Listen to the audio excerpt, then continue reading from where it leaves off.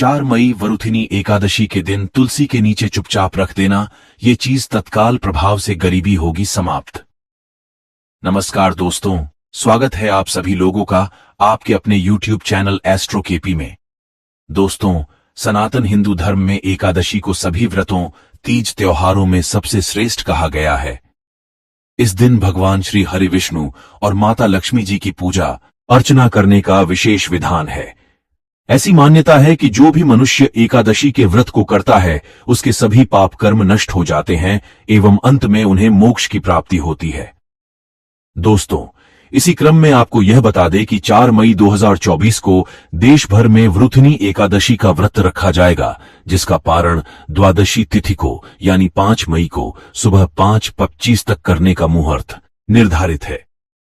एकादशी का पारणा हमेशा आपको भगवान की पूजा करने के बाद, उन्हें भोग लगाने के बाद ही तुलसी पत्ते को ग्रहण करके करना चाहिए एवं उसके बाद भगवान को अर्पित किया गया भोजन प्रसाद स्वरूप ग्रहण करना चाहिए।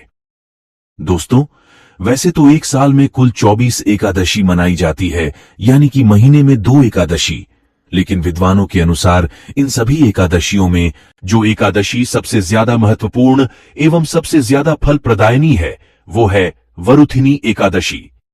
कई विद्वानों के अनुसार जो कोई भी इंसान इस वरुथिनी एकादशी के व्रत को रखता है एवं इस दिन पूरी निष्ठा एवं भक्ति भाव से भगवान श्री हरि विष्णु जी की पूजा करता है, उसके जीवन से दरिद्रता गरीबी कोसों दूर चली जाती है। शास्त्रों में वर्णित है कि एक वरुथिनी एकादशी का व्रत रखने मात्र से इंसान को 1000 अश्वमेध यज्ञ करने के बराबर फल की प्राप्ति होती है। इस व्रत को रखने से इंसान के इस जन्म ही नहीं, बाकी पिछले भी कई जन्मों के पाप कर्म नष्ट हो जाते हैं, जिससे वह इंसान जीते जी सभी भौतिक सुखों को प्राप्त करता है एवं मरणोपरांत उसे बैकुंठ लोक में स्थान प्राप्त होता है। भविष्य उत्तर पुराण के अनुसार एक बार धर्मराज युधिष्ठिर ने भगवान श्री कृष्ण से प्रश्न पूछा, हे माधव, वरुथिनी एकादशी करने की क्या प्रथा है और इसे करने से इंसान को क्या लाभ प्राप्त होता है? कृपा करके इसका महत्व के बारे में बात कर हमें अनुग्रहित करें। धर्मराज युधिष्ठिर की बात सुनकर भगवान श्री कृष्ण बोलते हैं, धर्मराज सुनिए, बहुत समय पहले की बात है। नर्मदा नदी के किनारे मानधाता नाम का एक बेहद ही प्रतापी राजा राज किया करता था। एक बार राजा अपने राज्य के कल्याण हेतु तपस्या कर रहे थे कि तभी एक विशालकाय जंगली भालू ने उनके ऊपर अचानक से हमला कर दिया, लेकिन ध्यान में मग्न होने की वजह से राजा ने उस पर ध्यान नहीं दिया, न ही वहां से भागने का प्रयास किया। इस चीज से भालू को और उत्साह मिल गया और उसने अपने भक्त राजा की पुकार सुनकर भक्त वत्सल भगवान से रहा नहीं गया और वह तुरंत ही प्रकट हो गए। भक्त वत्सल भगवान ने तुरंत ही अपने भक्त पर दया करके अपने सुदर्शन चक्र से उस भालू का सर धड़ से अलग कर दिया, जिससे राजा के प्राण बच गए। लेकिन राजा का एक पैर भालू खा चुका था, जिससे राजा विकलांग हो गए थे। इस बात की चिंता उन्हें सता रही थी।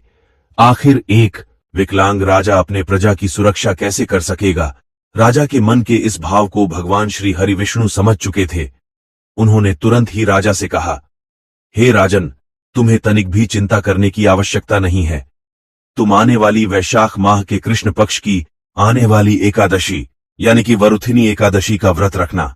राजा ने भगवान श्री हरि विष्णु के कहने अनुसार पूरे नियम से एकादशी का व्रत रखा और द्वादशी के दिन व्रत का पारण किया, और ऐसा करने से राजा का एक पैर जो भालू ने खा लिया था वह पुनः उसे प्राप्त हो गया।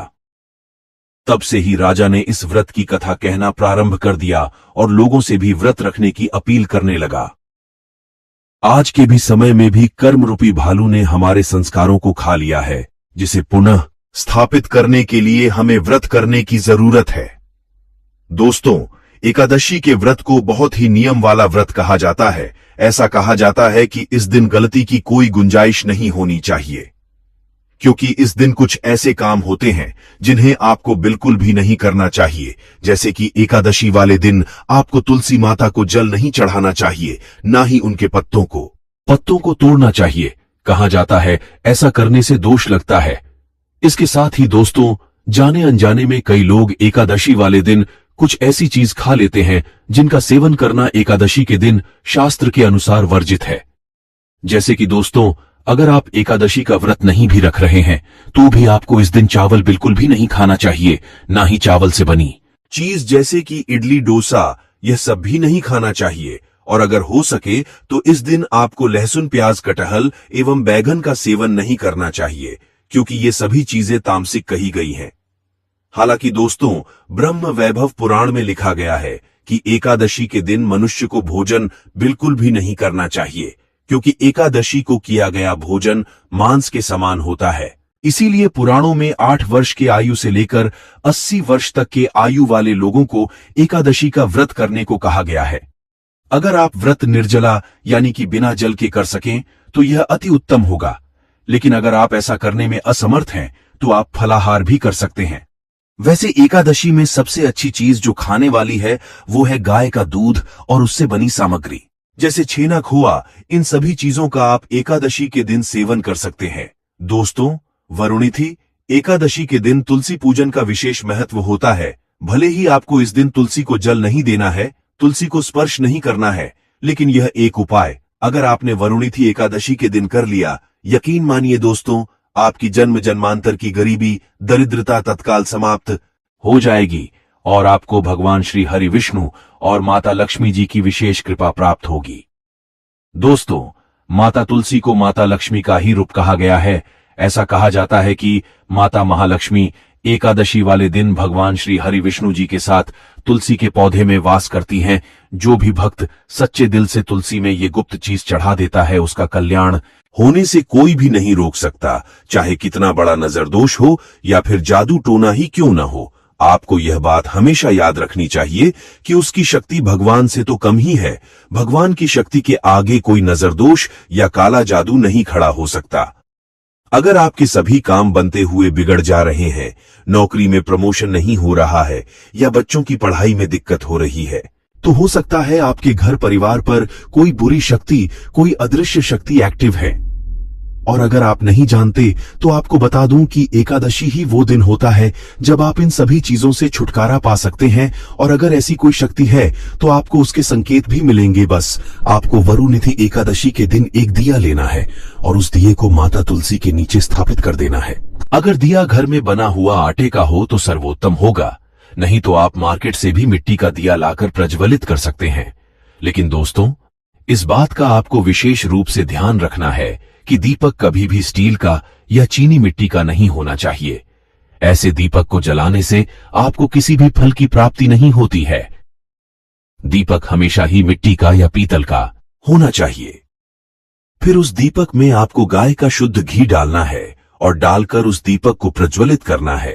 प्रज्वलित करने के बाद आपको अब सबसे महत्वपूर्ण कार्य करना है, और वह सबसे महत्वपूर्ण कार्य यह है कि आपको उस दीपक में एक चुटकी हल्दी डालनी है।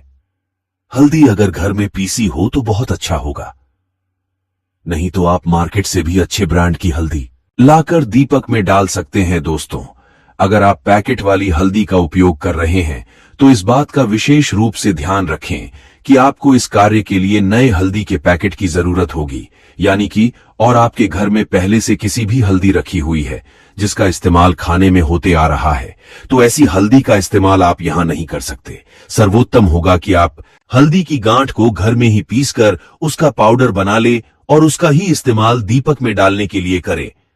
दोस्तों, दीपक में हल्दी डालने के बाद आपको उसे दीपक को माता तुलसी के नीचे स्थापित करना है, लेकिन ऐसे ही नहीं। दीपक स्थापित करने से पहले आपको उसे जगह को अच्छे तरीके से गंगा जल से शुद्ध करना है। उसके बाद वहां पर ताजी फूल की कुछ पंखुड़ियां रखकर उसके ऊपर दीपक महाराज को स्थापित करना है। अगर आपके पास फूल उपलब्ध न हो तो आप पीले अक्षत का भी प्रयोग कर सकते हैं। यह सारा उपाय आपको शाम 6:30 से 7 बजे तक कर लेना है। अब अगर इस उपाय को करने के दौरान दिया बुझ जाता है या गिर जाता है तो इसका साफ संकेत है कि आपके घर में कोई नकारात्मक ऊर्जा मौजूद है, लेकिन आपको बिल्कुल भी डरना नहीं है। अगर आपने एक भी बार इस उपाय को अच्छे तरीके से कर लिया तो सारी नेगेटिविटी आपके घर को छोड़कर भाग खड़ी होगी। और अगर आपके घर में नेगेटिविटी नहीं होगी तो भी आपको भगवान श्री हरि विष्णु की विशेष कृपा प्राप्त होगी, क्योंकि यह धन प्राप्ति का भी बेहद ही अचूक उपाय है, जिसे कि हमारे शास्त्रों में 1100 साल पहले लिखा गया था। आदिकाल से ही लोग धन प्राप्ति के लिए इस उपाय को करते आ रहे हैं। इसलिए उपाय 100% सुरक्षित है एवं इसका कोई दुष्परिणाम नहीं है। तो दोस्तों, यह वीडियो आपको कैसा लगा हमें कमेंट में जरूर बताएं और भगवान विष्णु जी की विशेष कृपा अपने ऊपर पाने के लिए कमेंट में जय श्री लक्ष्मी नारायण लिख करके हमारे चैनल को सब्सक्राइब जरूर कर दें। धन्यवाद।